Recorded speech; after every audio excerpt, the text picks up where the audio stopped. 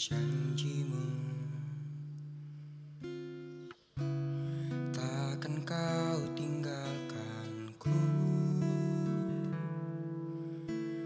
Di tanganmu ada wajahku, di hatiku tersimpan semua janjimu.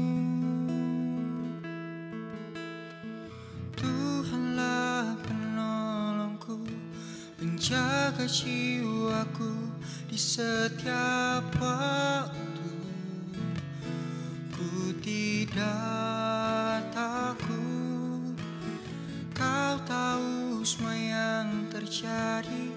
Takkan kau biarkan ku sendiri. Kaulah kekuatanku.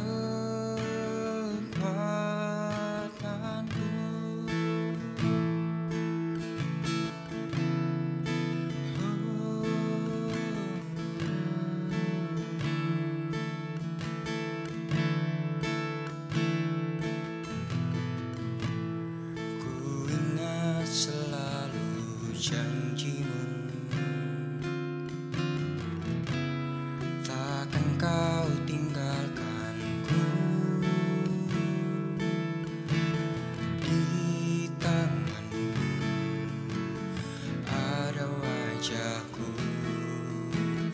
di hatimu tersimpan semua janjimu. Tuhanlah penolongku, penjaga jiwaku di setiap waktu. Ku tidak takut, kau tahu semua yang terjadi. Takkan kau biarkan ku sendiri. Kaulah kekuatanku, Tuhanlah penolongku, penjaga jiwaku di setiap waktu. Ku tidak takut, dan kau tahu semua yang terjadi. Takkan kau biarkan ku sendiri. Kaulah kekuatanku.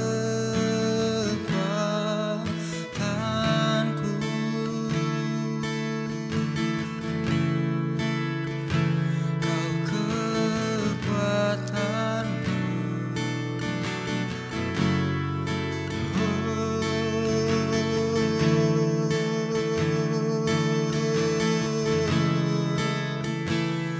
Kau kekuatanku, kau pelindungku. Haleluya,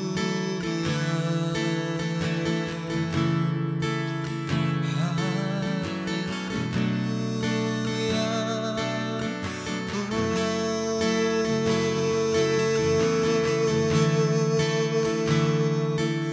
Kau penjagaku, Yesus.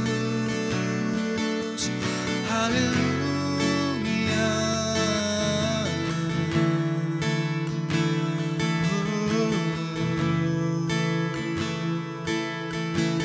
Kau penolongku. Haleluya.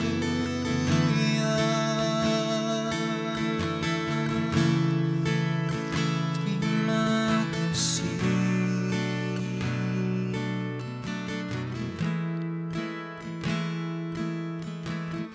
Tuhanlah penolongku, penjaga jiwaku di setiap waktu. Ku tidak takut, kau tahu semua yang terjadi. Takkan kau biarkan ku sendiri. Kaulah kekuatanku, Tuhanlah penolongku, penjaga jiwaku di setiap waktu. Ku tidak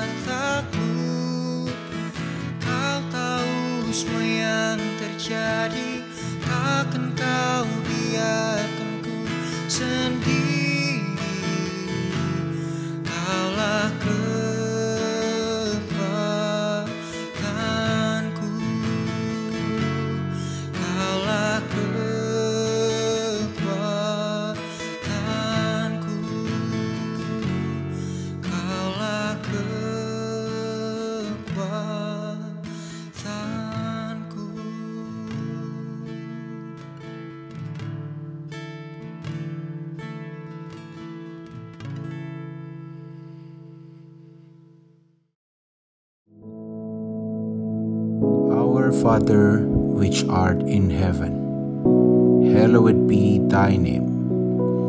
Thy kingdom come, thy will be done in earth as it is in heaven. Give us this day our daily bread, and forgive us our debts, as we forgive our debtors. And lead us not into temptation, but deliver us from evil. For thine is the kingdom, and the power, and the glory, forever. Amen.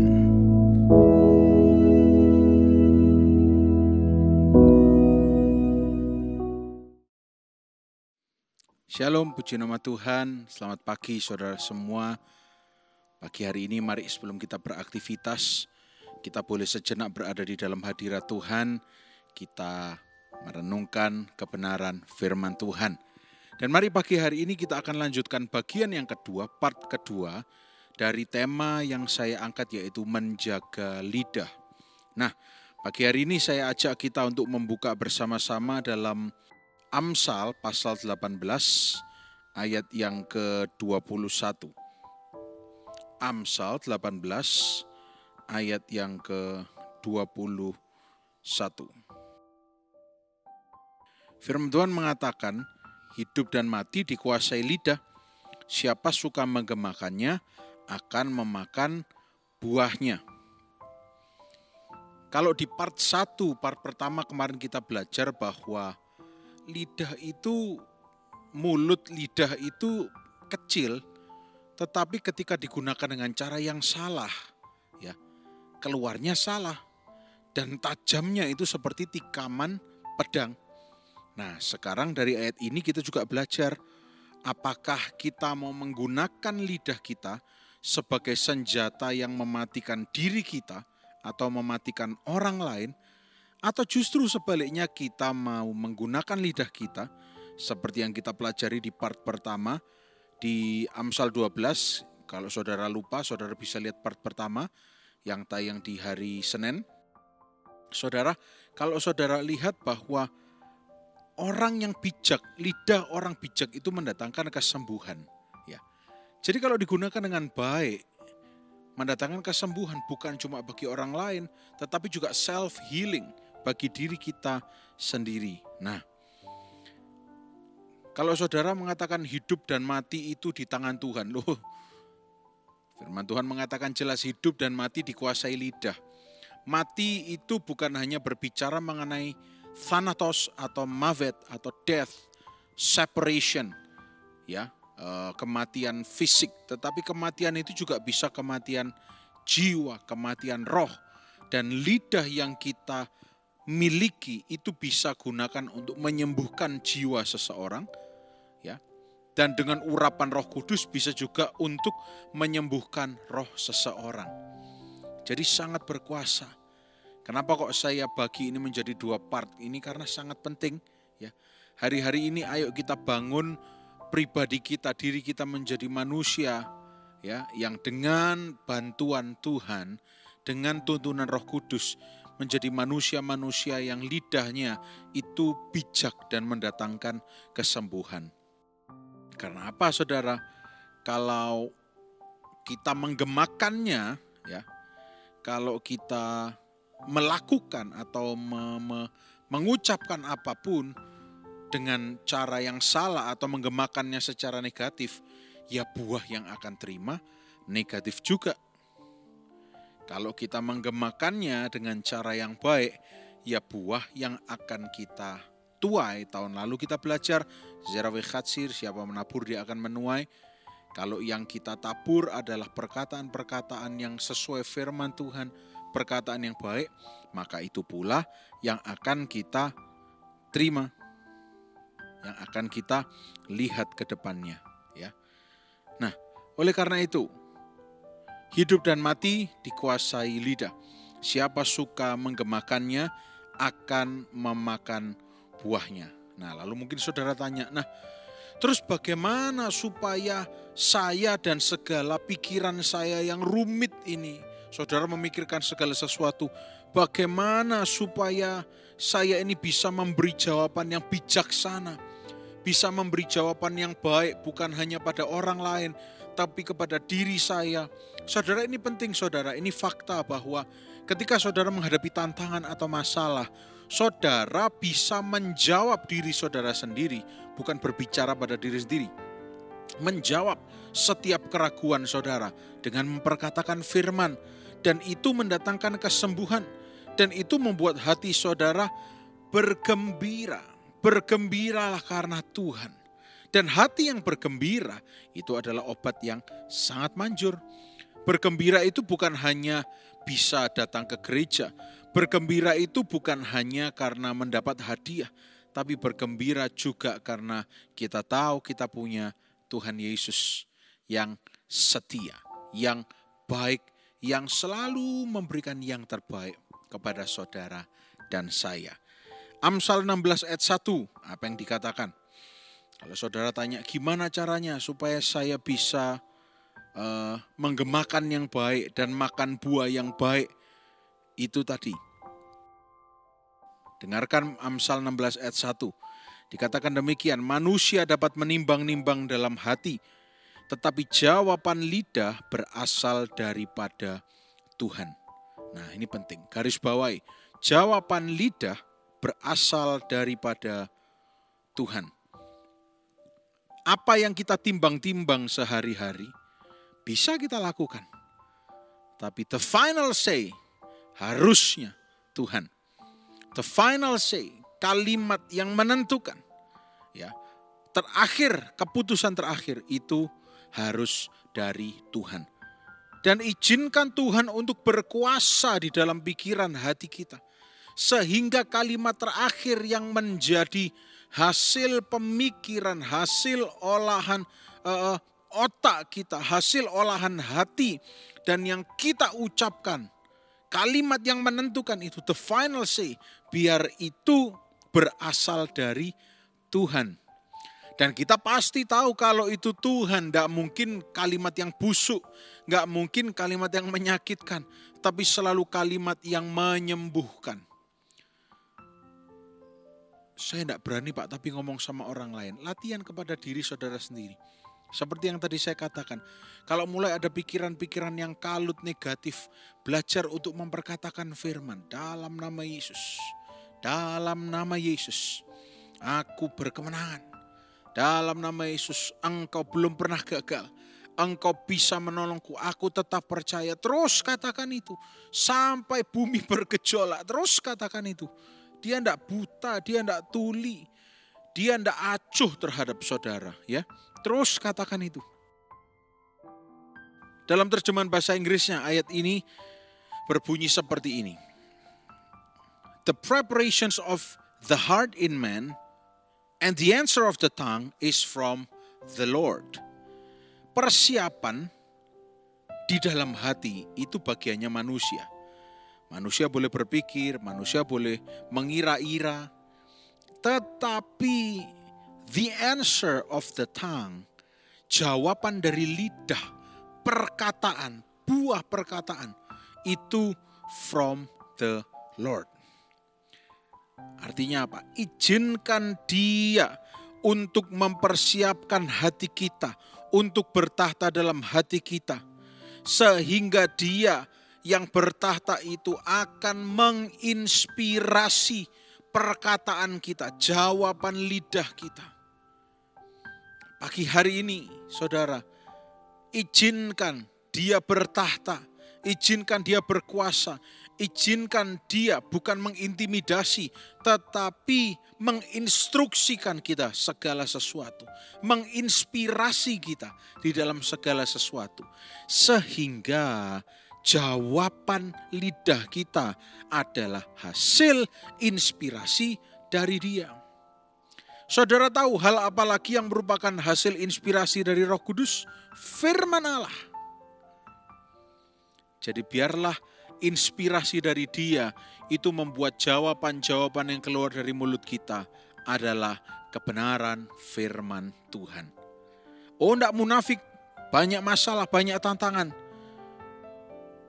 Tidak munafik, banyak godaan, emosi, dan lain-lain.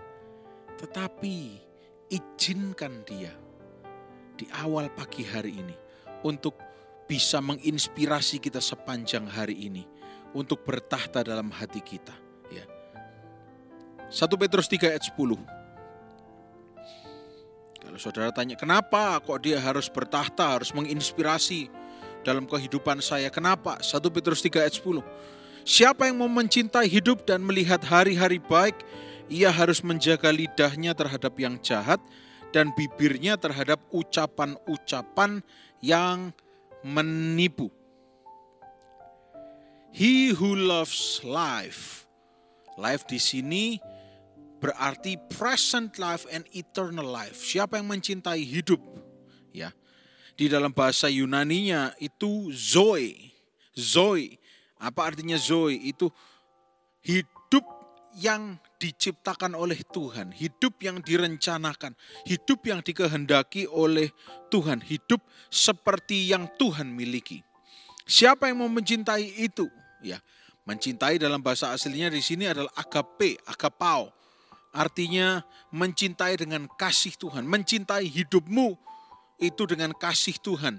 Bukan mencintai hidupmu seperti cara dunia mencintai kehidupan. Kalau kaya baru cinta hidup.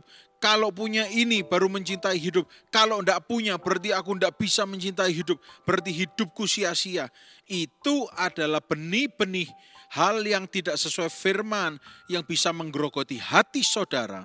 Dan hal-hal itu yang tidak akan pernah mengizinkan saudara untuk menggemakan lidah saudara dalam hal-hal yang mendatangkan kebaikan.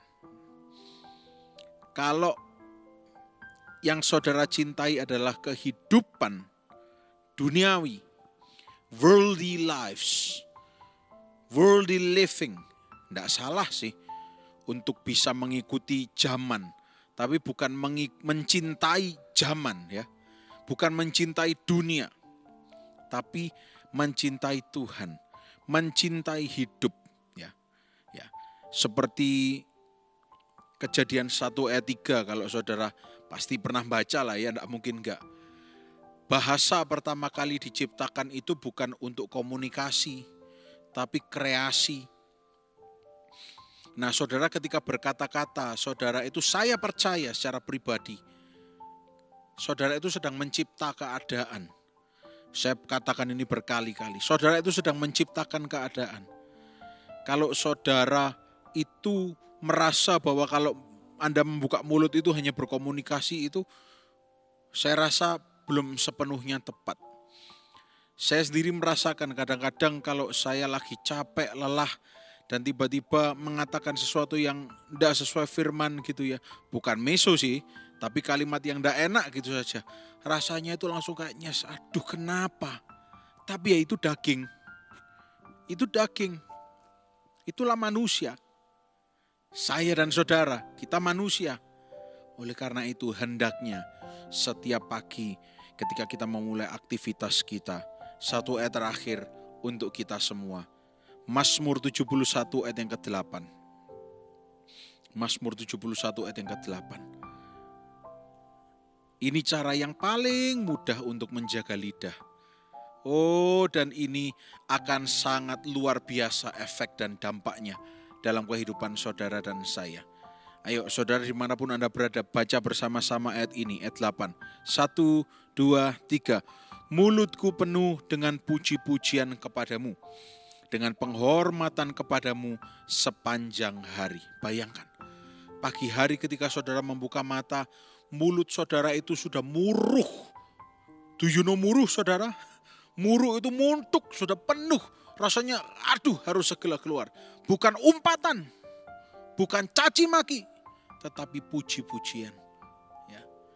Terima kasih Yesus, terima kasih Yesus. Ya. Mulutku penuh dengan pujian. Loh, masalahnya belum beres. Mulutku penuh dengan pujian. Loh, sakitnya belum sembuh. Aku percaya Tuhanku ajaib. Loh, tetapi tahun ini dikatakan akan banyak perkara negatif, perkara jelek yang terjadi. El Bele, God of Wonders, Kaulah Allahku yang ajaib. Dipenuhi dengan puji-pujian, dipenuhi dengan penghormatan sepanjang hari kepada Tuhan. Bukan cuma bangun pagi memuji, setelah itu menggerutu, sisanya enggak. Tetapi sepanjang hari. Seperti ini loh saudara, kalau saudara suka lihat film India, Bollywood movies yang zaman dulu, rasanya setiap kegiatan itu diiringi dengan lagu. Ya, nempel pohon, noleh kiri, ada lagu baru.